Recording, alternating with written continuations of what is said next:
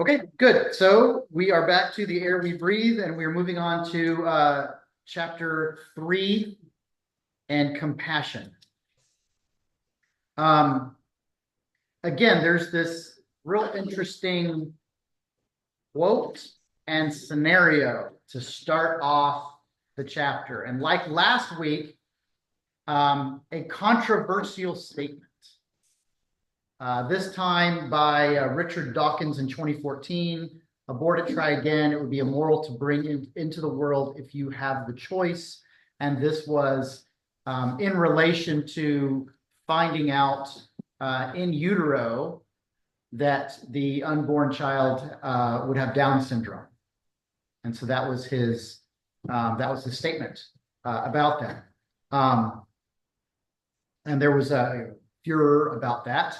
And the interesting thing is maybe not so much his statement, it is the furor. It is people being upset by that.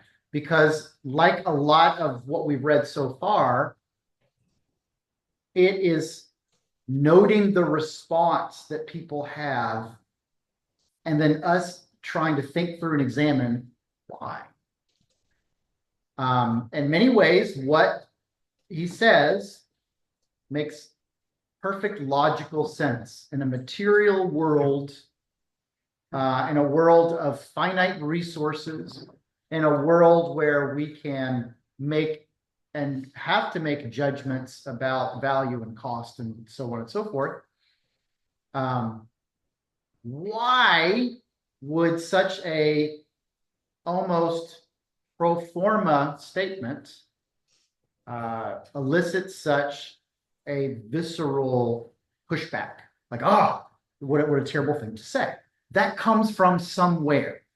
That almost universal sense now is not actually universal. That is a change. And like last week and the week before, this sense of compassionate for the weak or the helpless or the small, the disadvantaged or the disabled, that comes from somewhere. It is neither a universal human experience, nor is it obvious in nature. So again, this is a biblical virtue, Old Testament and New, where he'll lay out a case that from the beginning, that this is an ethic of the scriptural account, and through the life and witness of Israel as God's people, it is reaffirmed multiple times. But it's in the incarnation of Christ where this is not just cemented as firm and full, but it is blazoned across the sky. That humanity itself, by virtue of its humanity, is precious and important. That has such wide-reaching implications. And the fact that it has to come from somewhere and grow out of something is what we don't even tend to think about anymore. And it's, the kind of the genius of this particular book is to get us to reconsider and rethink through a lot of these assumptions that are, I think this is the right assumption, but that assumption comes from something that didn't have to be there, but we are blessed and glad that it is. So to harken back to something that I think I've mentioned both classes already, but one of the things about the baptismal covenant of the prayer book that gets mentioned quite a bit over the last generation or two in the church is that vow that you make in the covenant about respecting the dignity of every human being. I think sometimes too much is made of it in church circles because we start arguing about implications of that and stuff like policy decisions, and okay, you're getting a little far afield. But the principle behind it, I think, is inarguable in Scripture.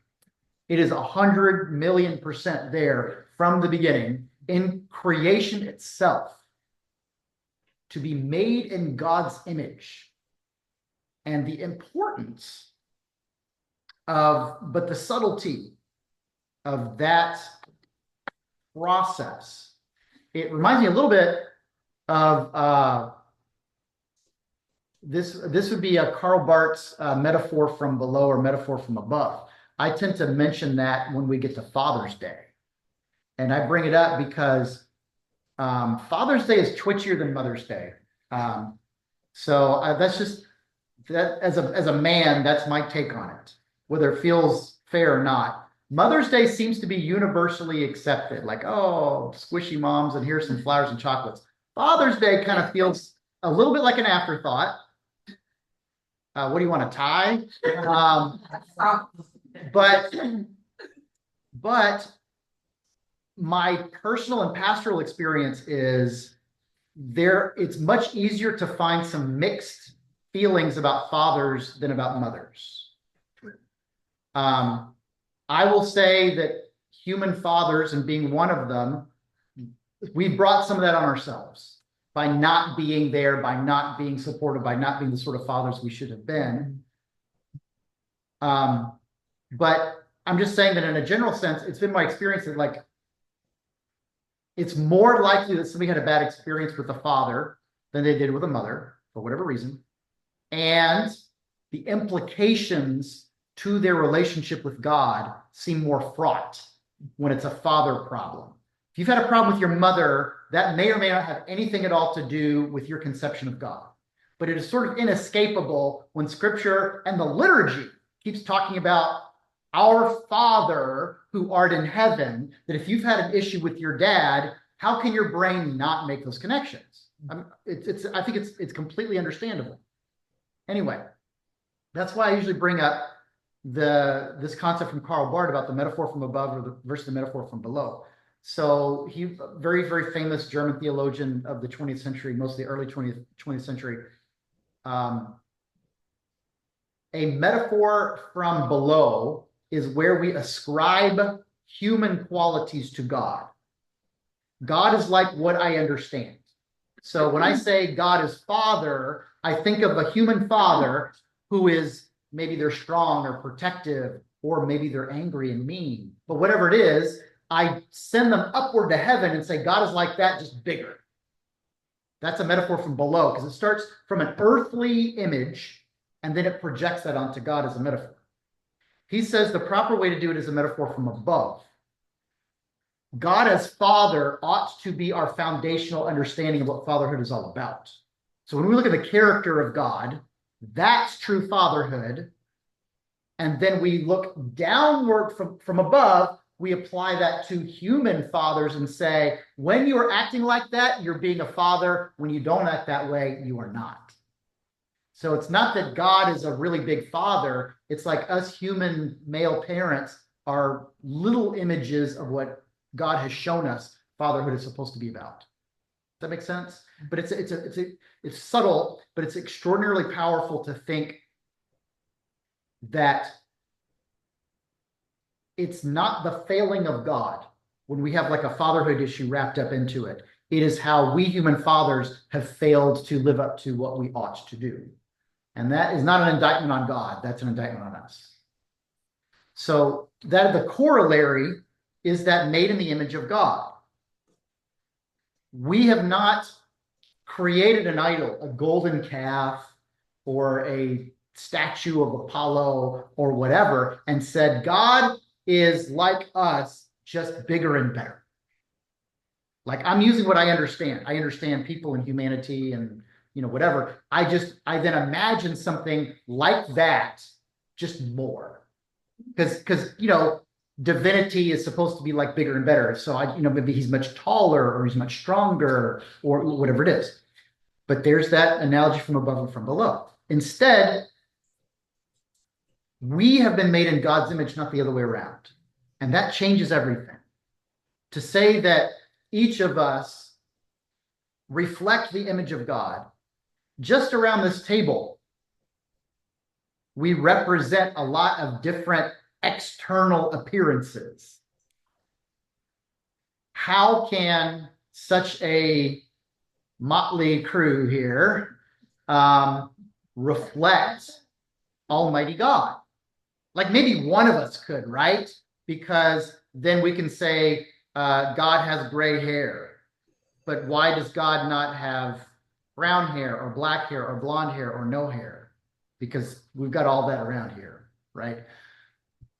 Because it's not from below, it's from above. We are made in his image, so that image has to be something essential about us that so in Aristotelian terms, Aristotle writing about trying to describe reality will talk about matter having an essence and an accident. The accident is the stuff that kind of doesn't matter. It's the details. But the essence is some kind of quality, maybe on the inside, that really identifies what something truly is. Let's say this way. We have a white chair here, but we've got a black chair there. They're both chairs, right? So they are both, we can recognize them as chairs, but they're not only different colors, they're made of different materials. That one has arm things, which is why I put them out, because they're more comfortable for certain people to sit in. This is hard plastic. Those have kind of a cushy cushion, but they're still chairs. The accidents, the color, the material, it can be different. It can be red, it can be purple, it can be short, it can be tall. That doesn't change what it is. That's the essence. The chair part, it could be a chair with 3 legs. It could be a chair with 20 legs. It could be a chair with wheels on the bottom. That doesn't make it stop being a chair. So something about the image of God imprinted on each of us is not about the external details that are different, but it's something about the essence within us that identifies us as human. Whatever that is somehow formed in the image of God. So it's often argued as our intellect, our creativity, our ability to love. All of these various things are kind of it's really hard to measure.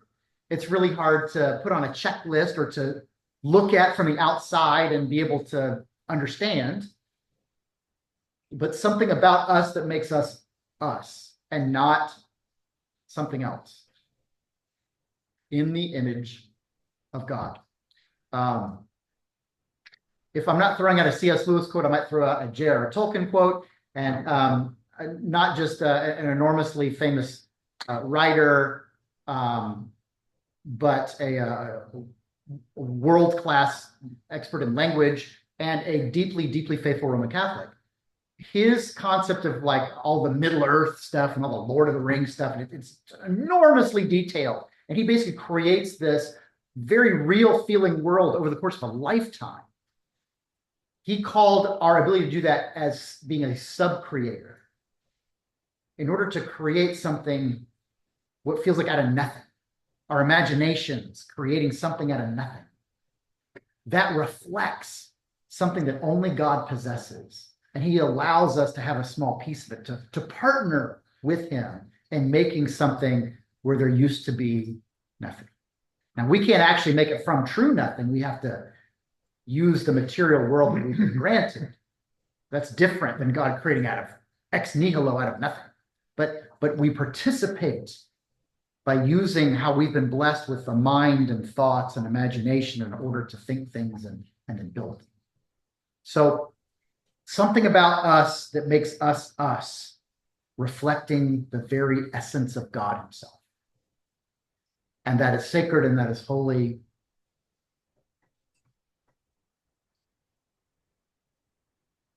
But both Israel and the church early on existed in a world where you didn't have to think that way.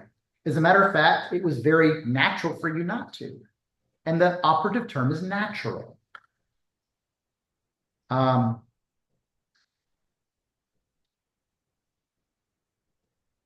We can talk about the evolutionary effect of the survival of the fittest. You know, the bird on the island changes the shape of its beak over the course of generations because it allows it to effectively get the seeds, where the other birds with a slightly different beak don't, and they starve and die out. And, you know, the genetics change to favor the adaptation and on and on and on and on and on.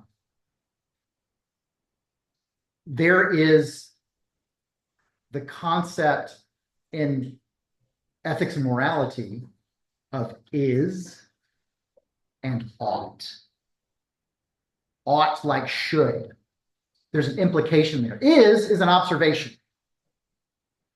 That's just stating what happens to be. Ought or should, that's the way things are supposed to be. Well, says who? That's a judgment, isn't it? I am supposed to be 6'5". I'm not. It's not fair, whatever.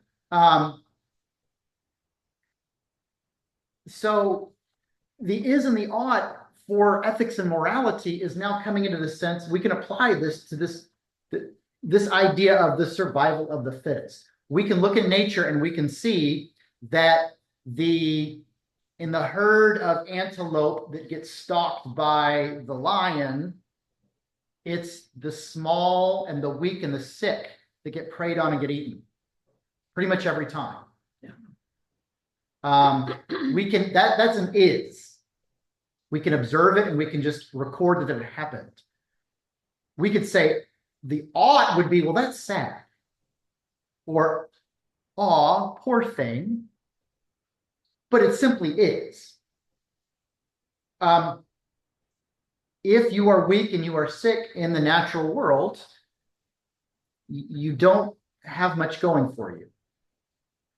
As a matter of fact, carnivores will pick that out because they themselves have a limited amount of energy. They don't want to get hurt, potentially damage themselves. If you go up against the very healthy antelope, maybe it pokes you with its horns or something, and then you're sick and you can't provide for your cubs or whatever it is. So you go after the one that gives you the least risk and the highest reward. And that simply is. So why doesn't that work for humans? Why can't we say, well, you don't run as fast as me. Oh, well, you're, too bad. You don't have the same advantages that I do. Well, then you're clearly worth less than I am. We sort of talked about that last time. The criteria in which we try to evaluate the quality of humanity. We're all very acquainted with that concept of quality of life, like thinking about medical directives and stuff. Maybe you guys have even signed one, like an advanced directive. In an emergency, I wish to be intubated, but I don't want to be on a long-term ventilator. Or if I'm in a persistent vegetative state, I would prefer to be taken off the ventilator and let nature take its course. Or I would be willing to have this happen, but not that happen, and so on and so forth. And we typically make those decisions talking about that concept of quality of life. What's quality of life? How do you define that? How do you define it in a universal way? How do you define it in a way that's not just like what you prefer, but maybe what somebody could do for you? Like, could someone that from the outside looking, who has a terrible quality of life, maybe a persistent vegetative state and their body is wasting away, or maybe they're not vegetative, maybe there is some consciousness there and they're in pain. They don't need to be intubated, but just a small dose of morphine would end their pain forever. Why not? Isn't that better? Isn't that caring for them? Well, once we start talking about quality of life and making these judgments, the slippery slope is how far do you slide down and who is in charge of making those decisions about what quality of life is? When I was 10, I couldn't imagine being 50. And 80, well, you might as well be dead, right? If I can't run up the stairs, 3 stairs in a row, and jump off the roof like I did when I was 10, life is not worth living. Becomes relative. It really does now, doesn't it? It really does. we can each think of something in our lives that we were very accustomed to at some point in the past. And it could be a physical ability. It could even be a relationship. When so-and-so died, I felt like life was not worth living. Well, is, your suicide at that point moral? Or how about I decide you don't have the quality of life that I would want, so what if I just smother you with a pillow? We have a section in the beginning of this chapter, once again, about the exposure of infants in the ancient world. It was seen as not just a mercy, it was seen as a necessity. We can't possibly support a child who cannot do these things for themselves. Our society would be burdened, maybe in a catastrophic fashion. The best thing for everyone, just leave it outside. Won't last more than a day or two. An infant can't keep itself warm. An infant can't feed itself. An infant can't protect itself. Toss it in the river. I never understood, other than as a cartoon trope, watching stuff like Tom and Jerry. Some of these cartoons were done in the 40s. Still great. I remember very clearly there's one about Tom has this dream that he gets killed in an accident and he goes up to heaven. And he's not allowed to go into heaven because he's tormented Jerry the mouse. And he has to get Jerry to sign a contract saying, I forgive him. And you see these other cats, like one of them gets run over by a steamroller and he's all flat and it's very funny. And then there's this wet bag that bounces up to the gate of heaven, and these kittens pop out. Like, oh, Fluff, Puff, and Muff, come on in. And it's because people used to drown kittens. What?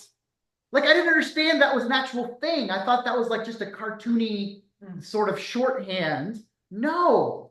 Like, these are unwanted kittens. I'm going to tie them in a bag and dump them in a river actually happened. So that seems kind of inconceivable to me. But we're talking about something that was done. That cartoon was produced, and it was an idea that was common enough. It could be produced for a mass audience, and people would just say, yep, I understand. I understand what's going on. You don't have to explain that joke to me. Within my grandparents' lifetime, and you go to jail for that right now. So these changes, they kind of keep happening, but that same sort of thing applied to the weakest of humans. Why? Because weak is worthless.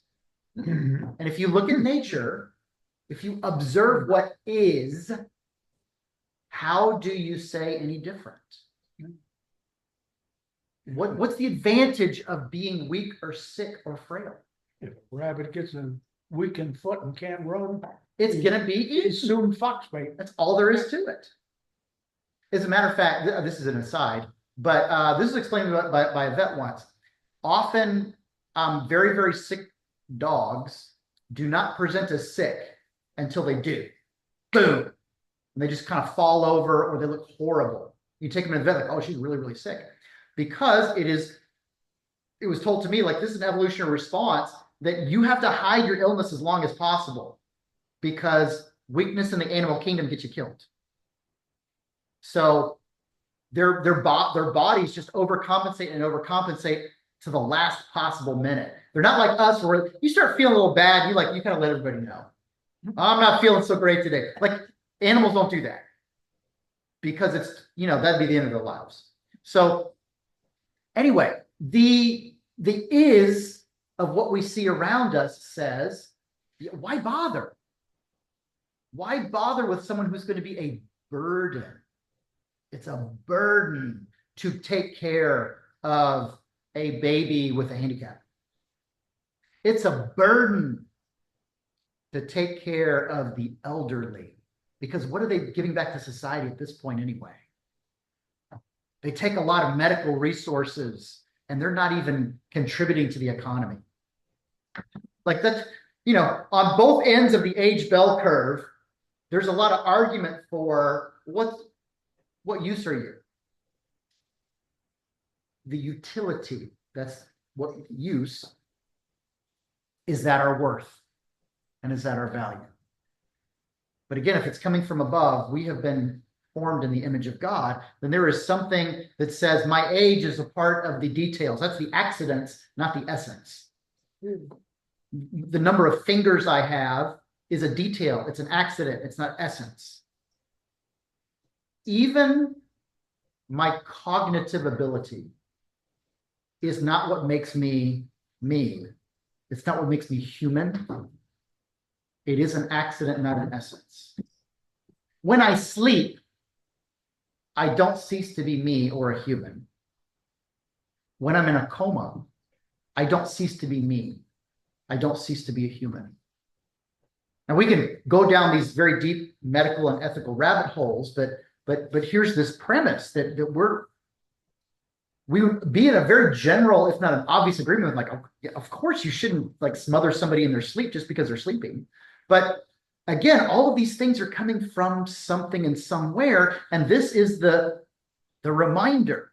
It is revolutionary to say the gods aren't just like humans or like animals, just bigger and stronger and better. But the actual reverse has happened. And God has made us in his own image. And with this relationship and meaning and purpose, and by implication, that changes not just our relationship with God, it changes our relationship with each other. There's another C.S. Lewis quote about, I'm just going to give you the bits and pieces of it. The gist is, you have never met an ordinary person in your life.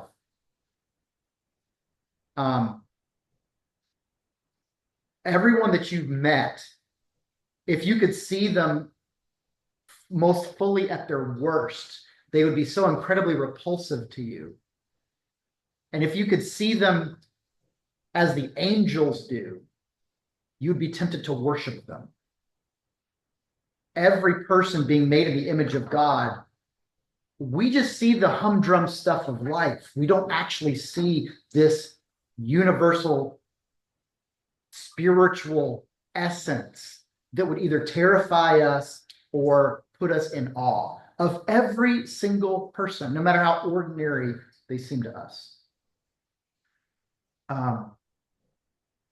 This is why we can hear this throwaway comment. Oh, the baby's going to have a disability, thrown away.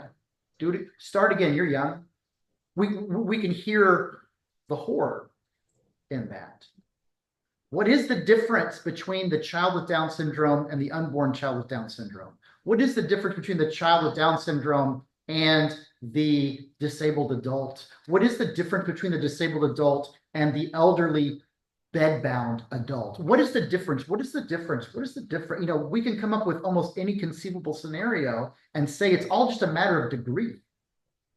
Isn't it all relative, like you said? Where's the bright dividing line where we can say, this is no longer a person. This person is not really human enough to be worthwhile.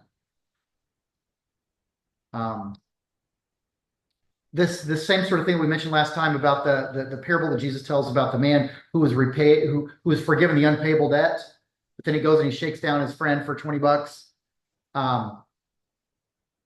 Not just in terms of gracious forgiveness, but if God made you and you bear his image, well, that means that God made that other person too, and they bear their image as well. So now what we think of each other, how we treat each other, takes on this dimension of the image of God. That's the dignity of every human being that baptismal covenant was talking about. Someone to bear the likeness of God in the same way that you do. Their life then is as of similar worth to yours. Christ dies on the cross and is resurrected in an abstract sense in a general fashion for humanity, but it also happens for you. For you. That's the worth of the single person to God. You know, the thought experiment, like if I was the only one, he would have done it for me.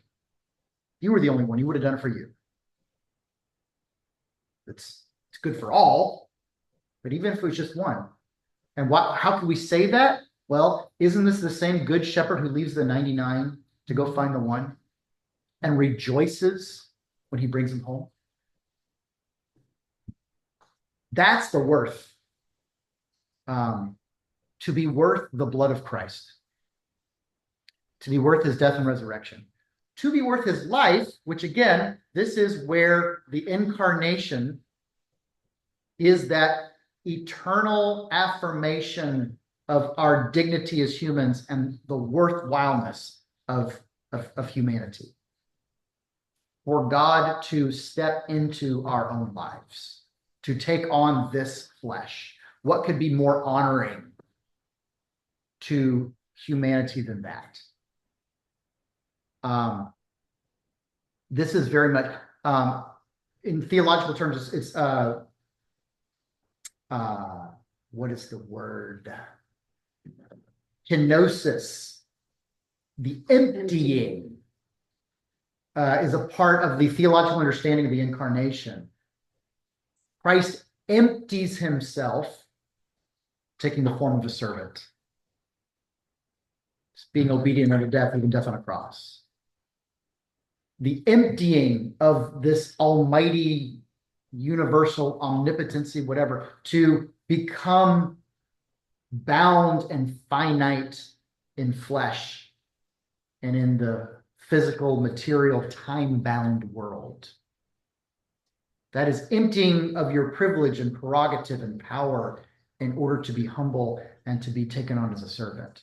It's just sort of a saying. It's an aphorism. It's an axiom these days. Servant leadership. You even see that in corporate documents. But that's such a radical change, not just from a couple thousand years ago. It's a radical change from nature, where the strongest don't serve the weakest. The strongest just take what they can. That's how they got strong, and that's how they're going to stay strong.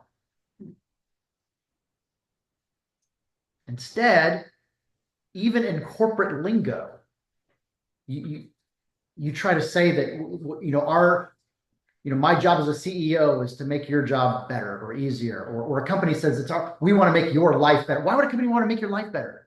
Why would we accept that premise at all? It's weird. They've got way more money than I do. They're all out for themselves, and maybe they are, but they say that they want to make our lives better, and we respond to that because this makes sense to us. That for some reason the weak ought to be protected. I don't like bullies. Something rises up within me when I see somebody small or weak getting picked on, and I want to stop it. Why? Who cares? It's not me. I'm going to mind my own business over here. But I don't feel that way. We don't like this sense of someone who is already down and out being kicked while they're down. Right? Don't we even use that as like a phrase. Pity. Where in the heck does pity come from? What use does pity have? Do you see much pity in nature? I see none. It's not like I find nature malicious or vindictive. I'm just saying there's no pity. It just is. Hurricanes come and spawn tornadoes that destroy some neighborhoods and leave other neighborhoods completely intact. And some of the people whose houses destroyed had nothing. And some of the people whose houses were spared were already doing great. That's not very fair. Where's the pity? Well, it's nature. It just does stuff.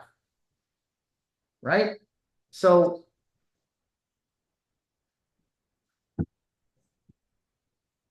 compassion. Where is it coming from? Now, I had to look it up because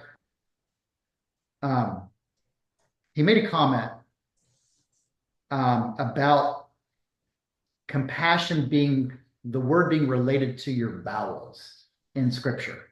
Like, oh, I got to look that up because I hadn't seen this one in forever. Splatnetsomai is the Greek term. This is coming right out of multiple references within the New Testament. The one that I looked up was from Matthew 18, the compassion of Christ. And it literally means the yearnings of your bowels. And in the ancient world, they maybe connected emotions in our physical bodies in a different way than we do. Like, we know, just because it's so obvious, that the seat of love is where? Your heart. Because, well, duh. But they didn't think that way. They aimed a little lower. The funny thing is we still kind of understand that, right? Don't we talk about our guts? Gut feeling. I've got a gut feeling. Yeah. It feels uneasy, or it feels very important. Or butterflies in the stomach. I feel butterflies in my stomach. To say somebody, I hate your guts. Like, again, it's weird. Like, what do your intestines have to do with anything? But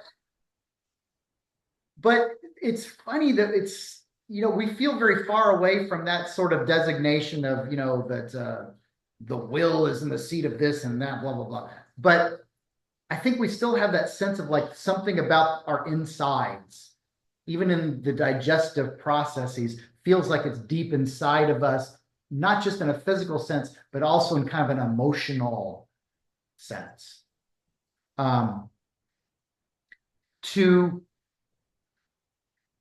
compassion in that sense is that ache in the deepest part of yourself. And whether we want to say the deepest part resides in your brain, or it resides in your circulatory system, or it resides in your digestive system, it's not a bad spot. Like if you had to find the physical center of your body, top to bottom, front and back, it would actually be like around your intestines. Like your body weight is kind of distributed. That is actually kind of the middle of your body. But that sense of like in the deepest part of myself, I have this feeling, this yearning or something for you. I feel it deep in my guts. We might say I feel it deep in my heart, or I feel it deep in my soul. But the ancients and the Koine Greek from the New Testament is in my bowels, or we could say in my guts.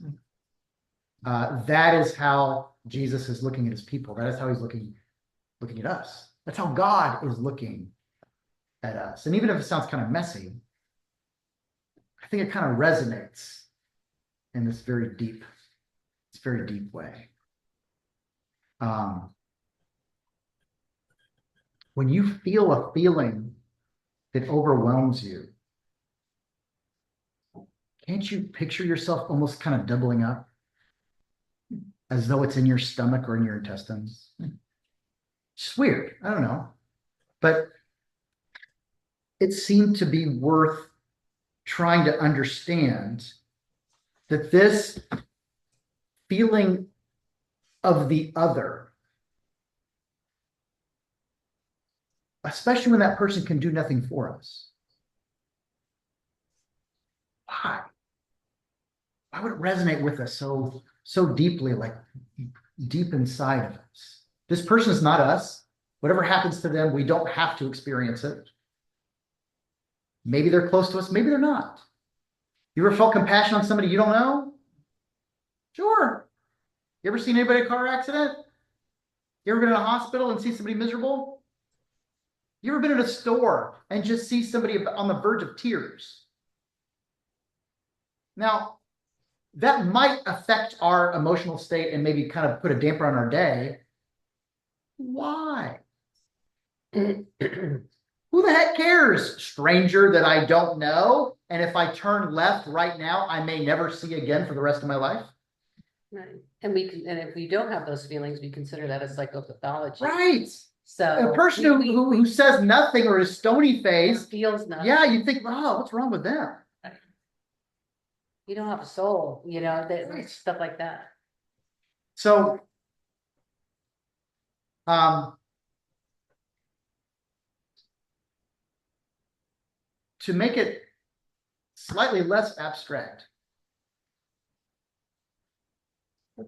we have a few people in our congregation who can testify to this directly. But if you have never experienced over a period of time someone with Down syndrome, there's its own kind of beauty and its own kind of joy to a life that from the outside someone would say is not worth living. Talk to people, talk to family members who say there's such joy, there is such love, there is such beauty in this person. How can you possibly think this person is somehow less than me or less than you?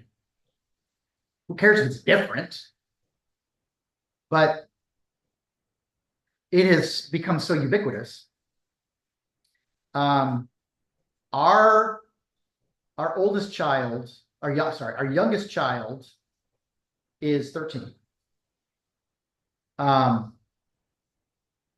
Certainly within her lifetime, but potentially with some of the older kids, we had to overtly decline prenatal testing. Like that was just what you did. We're going to take, like an amniocentesis or whatever, and we're going to rule out these various genetic diseases. No. Nope. You have to say no and opt out because it's on the list of, it's on a checklist. This is what you do. Well, why? Well, don't you want to know? No. Well, why not? Well, why? So I can be worried? So I can be upset? So I can go through a gamut of emotions on something I can't control anyway? Well, the implicit, but typically not overtly stated conclusion is, well, so you can know if you should abort or not. Well, that was never going to be an option. So why would I want to find out more? And that's, that's today. It would be considered very, not just very understandable. It's like option A. I now have two different families in my life who were given worst case scenarios of in utero medical reports. Not because they were chasing any kind of testing, but just in a very normal, like, sonogram sort of stuff. And they were both counseled, the child can't survive. You are unlikely to have a live birth at all. And even if the child is born, can't survive, not really at all. The first case, very close friend, and she took the child to term, and their daughter was born alive and lived for about an hour, and lived and died in the arms of her family. And I flew in for the funeral, and that child is a part of their family, always and forever, even though it was like 57 minutes or whatever it was. And I'm not going to call that easy in the least. They knew what was happening. There were difficulties getting to that point, and there were consequences after the fact. But at no time was that ever going to be any other option. as hard as it was. And the other one, not the same diagnosis, but the same prognosis. I think that boy's 8 years old now. And is doing great. I didn't even know the story until every year around the time of the sonogram, this friend of mine posts on Facebook and relates the whole story. That's part of her discipline to always remember after all these years. And then it always ends with a picture of like how the kid's doing like today. And I think he's like 8 or 9 years old right now. You would never know there was ever anything they were worried about. Crazy. But it's not just like, oh, you're taking a risk. What if the child turns out to be okay? It did in that second scenario. In the first scenario, all the prognosis was spot on. It was absolutely correct. Was it a waste of medical resources? Was it a waste of the emotional resources of the family? Was it a waste of the mother's body? And none of them would say that it was.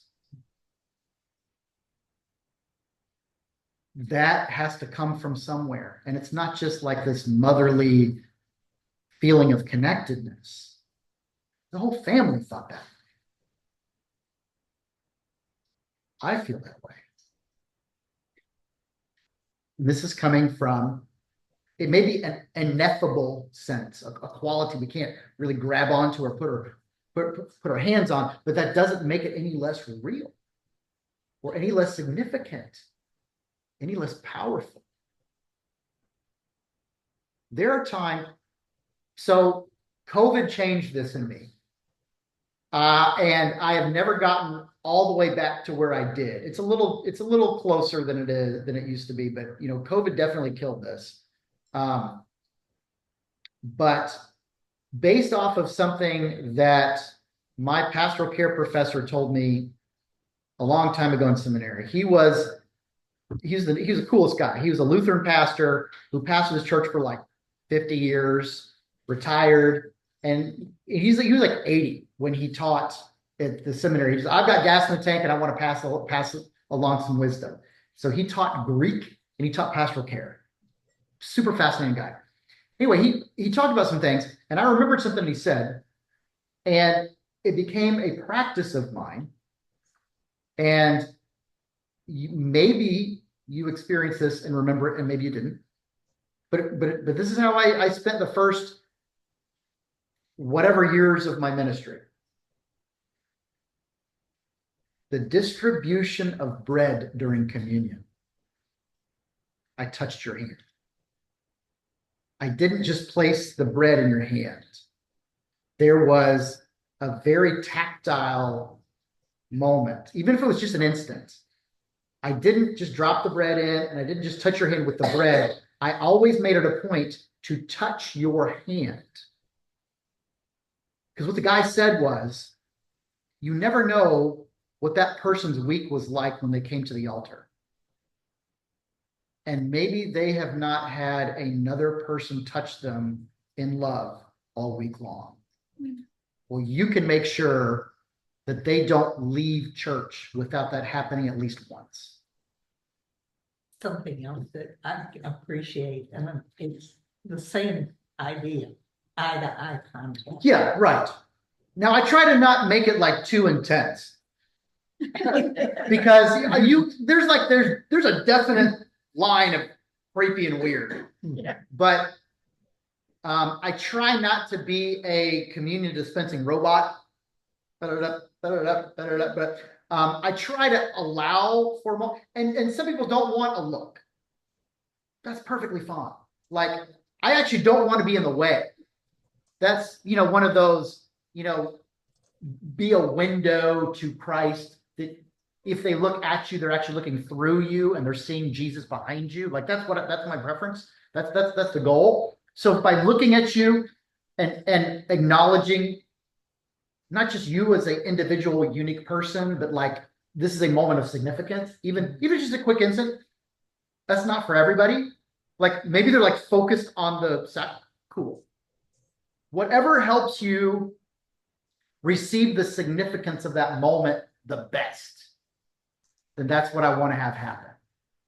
But if it's the significant eye contact, I always offer it, unless something happens in the moment and I slip past it for some reason. But I legitimately try to make it like you have a holy moment, and I'm sort of incidental, but it's not you have a holy moment with me. I want you to have a holy moment with God. It just so happens that I happen to be the one facilitating that. So I just try to make sure that it's there, so that if that's something that you are able to receive and you want to receive at that moment, that you can. Because you're worth it. You know, God thought you were worth it, so I should too. And that's in a sacramental sense. That's in how we treat each other, you know, on the roadways, and how we treat each other in the stores, and all that kind of stuff. It's how we should order our lives. You are worth it. As a matter of fact, he has chosen the weak of this world and the foolish to shame the wise. There's that quote again from Romans about the message of the cross is foolishness to those who are perishing, but to us who are being saved, it is the very power of God. We got that from that very first chapter, where the cross was an inconceivably awful sign in the ancient world, but we see it as power and hope and love. That is a transformation. That God would see us as being not just so worthwhile, but actually the weak and the humble and the poor. Show something extra. It's not the biggest and the best and the most famous who are somehow more worthwhile. If anything, to say that God uses the foolish and the weak to shame the wise and the rich of the world, it's because if you are already convinced you're rich and you're wise, you're sort of self-satisfied. And it's the people who have nothing to rely on but God. There is nothing, I'm going to say, that is essentially holy about poverty. Like, it's not by its definition more holy to be poor. But what has often been described after the fact as God's preferential option for the poor, I think is more along the lines of Scripture is explicit that God cares for the orphans and the widows, those who are helpless. And by being helpless and acknowledging your need, I think you put less in the way of your relationship with God. And maybe it's because you have nothing to put in the way. But again, that seems counterintuitive if we will stop and think about it. We see it as reflexively true. That the weak and the poor ought to be protected and cared for.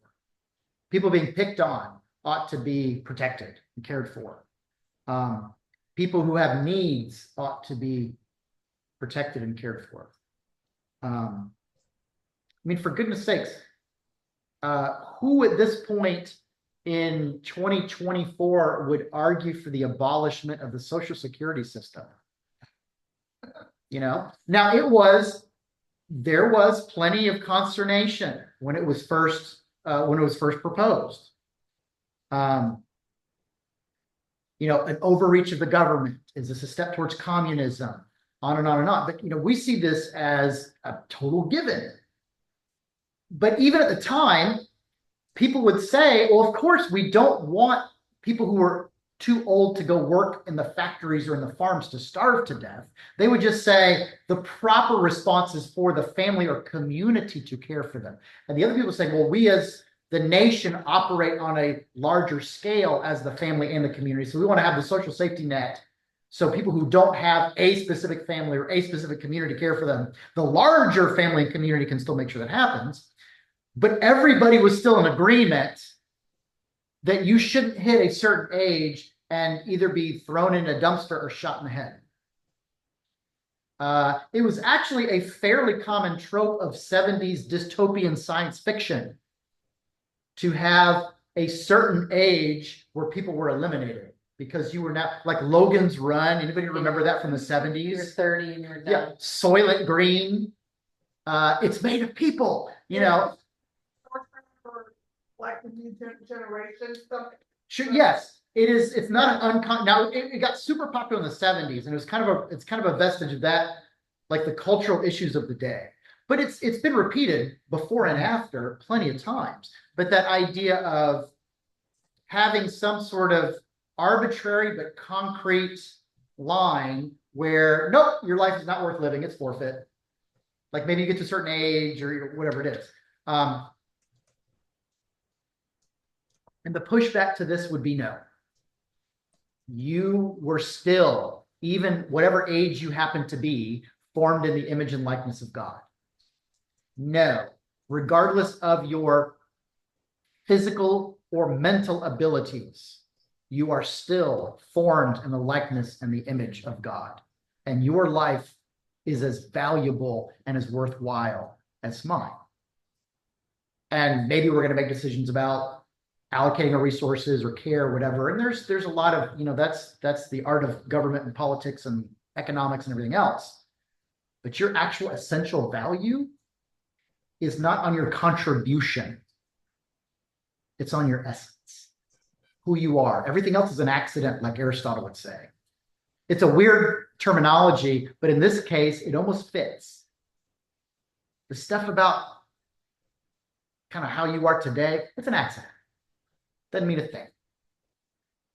The essence, it's your heart or in your guts. You are a human, you are a person, and there is dignity and sacredness in that. For like me, you were formed in the likeness and the image of God. And he found you so worthwhile that he would empty himself and live and die just for you. So what else? What else about this chapter? I was just wondering if that was beginning to slip a little.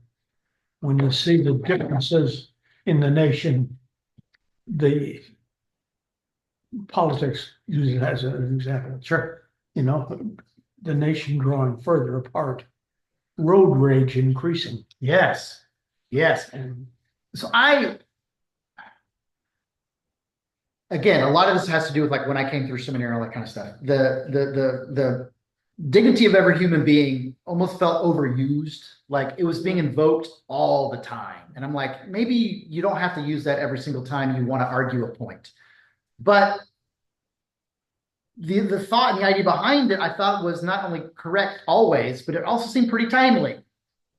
Like maybe this is a time where the pendulum needs to swing to the point of us recognizing each other's humanity a little better, because it is so easy to demonize someone you disagree with. It is so easy to dismiss as though that person is worthless when they say or do something that offends you. Somebody cuts you off in traffic, and for at least an instant, you're glad that you don't have a death ray gun on your car because you might have used it. It's good that I don't have like a missile launcher or something because I would regret it later. But there's an instant when I get cut off in traffic and I would, oh man, but like for an instant, serves you right, whatever. But yes, our culture has growing more coarse. It's growing, the divide feels very sharp and it doesn't feel like it's softening anytime soon. And maybe the worst part of it is the inability to, what we used to call like reaching across the aisle, but I mean in the sense of people who disagree with me are my enemy. Like, let's not do that. Yeah. Yeah. Let's not do that. I'm a grown man. I don't have any enemies. I got people I don't like, I got people who rub me the wrong way. I don't have any enemies. And if I had an enemy, like this is not a battlefield. My enemy would be like literally someone trying to shoot me and kill me, and I might have to shoot and kill them. But if we're below that level, you're not my enemy. You're just somebody that I don't like or I have a problem with or a disagreement, or I think you're a jerk, or you think I'm a jerk, or whatever it is. But it's the whole enemy thing. And the ability to dismiss someone. I don't want to go too far down a rabbit hole of you picking sides or anything, but especially name calling online has the effect of you dismiss that person. If there's something about them you say, that person's a so-and-so, they're this and that, then not only anything they say can be tossed out and ignored, just ignored. Maybe they have one stupid point, but 10 good ones. Doesn't matter. It's all tainted now. Toss it out. But that person basically can be tossed out. That person can be dispensed with. And that's a dangerous place to live. That's not only contrary to the gospel, but this is where the outgrowth of the gospel results in peace and life, even in just the general community and world. Remember the 10 Commandments, the first one to come with a promise. Honor your father and mother, for it will go good for you in the land if you do. So when we do the right thing by one another, like life is just better. Getting along with people is just nicer. And I don't mean that in the sense of happy, like nice, like a friendly. I mean, just like, it's just better when people get along. And we don't have to agree with one another to take No. care of each other. Oh, You know, we can still do that and not hate someone else, whether you have a different religion or politics or cultural, because like you said, now we're making those right. boundaries where I can't be nice to you because you think this way, or you voted that way, or you look that way. And all of that, which you said divisive, seems to be becoming Yes. more coarse and, Yes. Very sharp. and very sharp. It's It wasn't like that back in, when I was growing up. Yeah. Like 60s and 70s and 80s. I don't remember all this hatred, Right. Yes, we disagreed, but but no. nobody hated There was each this, other. it was a throwaway statement that like you even didn't have to say it. When you said it, it was almost like, of course, duh, everybody knows that. But nobody says this anymore. I don't agree with what you say, but I will defend your right to say it. Like back even in the 80s, that got said. I haven't heard that in forever. Yeah. So that's not a better place when we dismiss each other. That's not a better way to live. That's a worse way, but that's the risk we're running right now. Anything else? All right, well, let's hit the next one next week. Thank you. Okay.